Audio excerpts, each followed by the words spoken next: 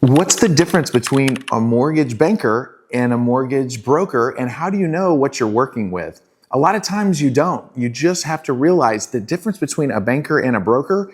A mortgage banker, we control the process. It's our paper, it's our money. We underwrite the loan. We control the transaction, which is super important for you as the buyer to make sure that everything goes as smooth as possible, and that if there's ever a problem, we have a solution immediately because we control that transaction.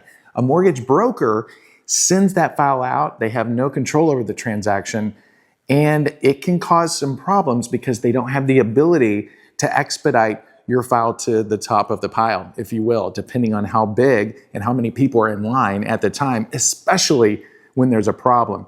But mortgage bankers and mortgage brokers, we're lenders, but a mortgage banker controls that transaction, while the mortgage broker typically does not. And you still want to make sure you're getting the best rate and fees versus a banker versus a broker. And that's up to you to do the due diligence and to make sure you're working with a lender that's going to educate you on both pros and cons and invite you and show you to check out other options to make sure you're getting the best deal.